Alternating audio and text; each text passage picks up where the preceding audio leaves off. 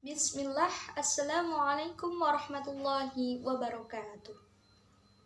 Alhamdulillahilladzi nasta'inu wa nastaghfiruhu wa na'udzu billahi min syururi anfusina wa min sayyiati a'malina. Man yahdihillahu fala mudhillalah wa man yudlil fala hadiyalah. Asyhadu an la ilaha illallah wa asyhadu anna Muhammadan abduhu wa rasuluh. Allahumma sholli ala sayyidina Muhammad wa ala alihi wa sahbihi ajma'in. Amma ba'd.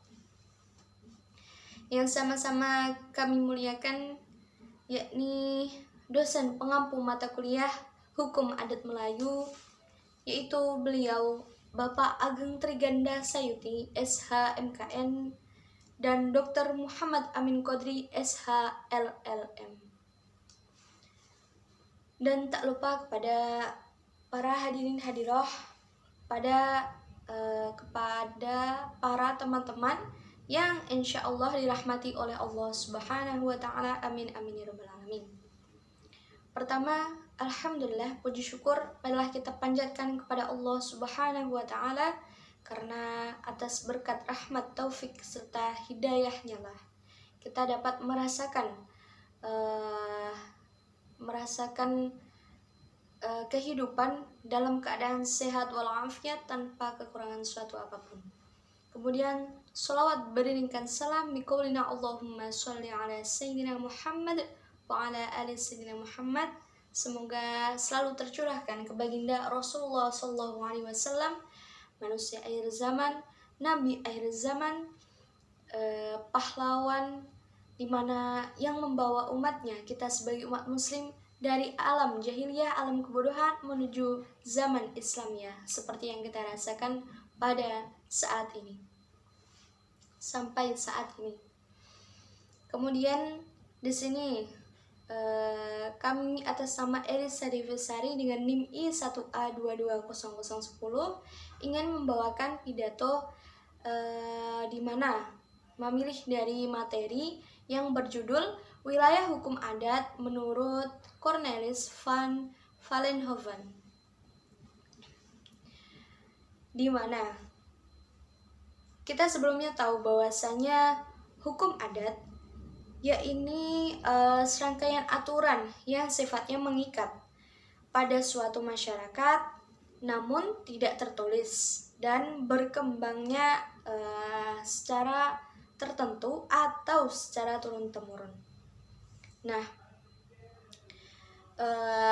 adapun mengapa saya mengambil wilayah hukum adat menurut Cornelis van Vollenhoven, karena Cornelis van Vollenhoven ini antropologi dari Belanda, di mana beliau terkenal akan karyanya dengan hukum adat dan dijuluki sebagai Bapak Hukum Adat.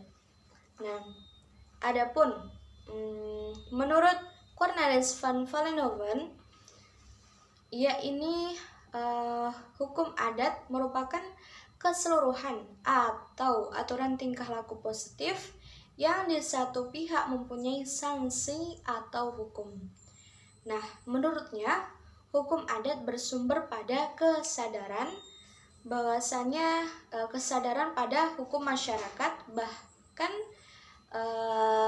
teorinya disebut dengan teori kenyataan, di mana secara sosiologis hukum adat lahir dari kebutuhan masyarakat akan ketertiban.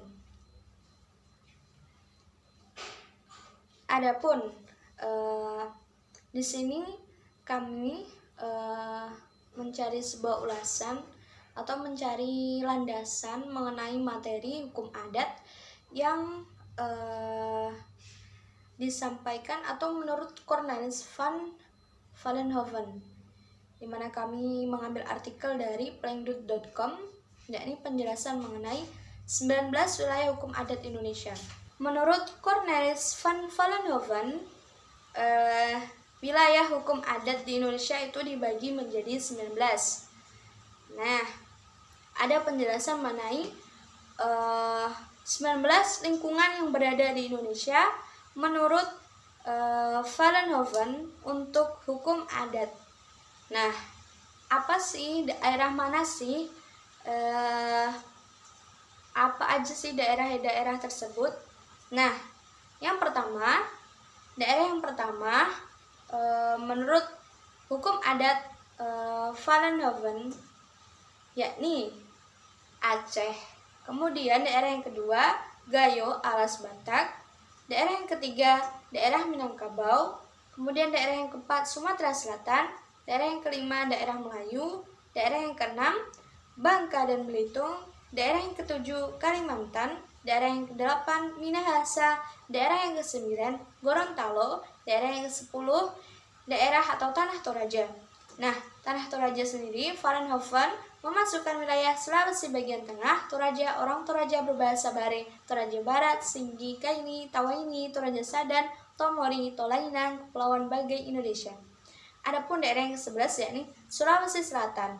Nah, di dalamnya terdapat orang Bugis, Bone, Laikang, Ponre, Mandar, Makassar, Selayar, dan Muna. Kemudian daerah yang ke-12 yakni Kepulauan Ternate. Di dalamnya terdapat daerah Ternate, Tidore, Halmahera, Tobelo, dan Pulau Sula. Kemudian daerah yang ke-13 Maluku Ambon, di mana di dalamnya menurut Bapak Van Vollenhoven yakni Ambon, Banda, orang Ulyaser, Saparua, Buru, Seram, dan juga Kepulauan Kai, Kepulauan Aru, Kisar. Kemudian daerah yang ke-14 yakni Irian. Daerah yang ke-15 Kepulauan Timur, termasuk kelompok Timur bagian tengah Timur, Molo, Sumba bagian tengah Sumba, Sumba Timur, Kodi, Flores, Ngadaroti, Safumima. Kemudian daerah yang ke-16 yakni daerah Bali dan Lombok, tepatnya di dalamnya terdapat Tangan Panensingan, Kastala, Karangasem, Buleleng, Jembarana, Lombok, dan Sumbawa.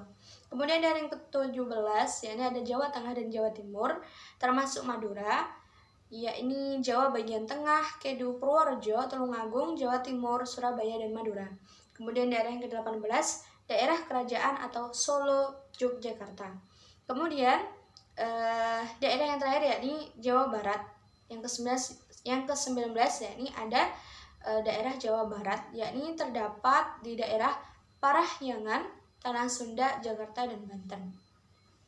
Nah, ke-9 wilayah hukum adat yang diklasifikasikan oleh beliau, Bapak Van Vollenhoven, tersebut memberikan gambaran Indonesia tentang keberagaman bentuk masyarakat, hukum adat dan keberagaman hukum adat yang berlaku, hukum yang berbeda-beda di masing-masing wilayah hukum adat, dan pembagian Vollenhoven pada lingkungan hukum adat tersebut di atas berdasarkan kenyataan-kenyataan hukum yang ditemukan di masyarakat adat.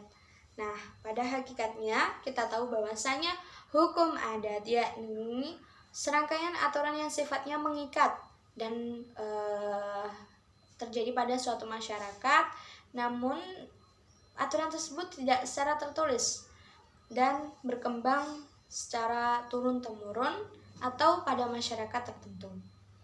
Mungkin demikianlah pidato yang dapat saya sampaikan. Kurang dan lebihnya saya mohon maaf, karena sesungguhnya kurangnya datang dari diri saya sendiri dan lebihnya hanya milik Allah Subhanahu wa Ta'ala. Akhirul kalam, wallahul muwaffiq ila aqwamit thoriq. Assalamualaikum warahmatullahi wabarakatuh.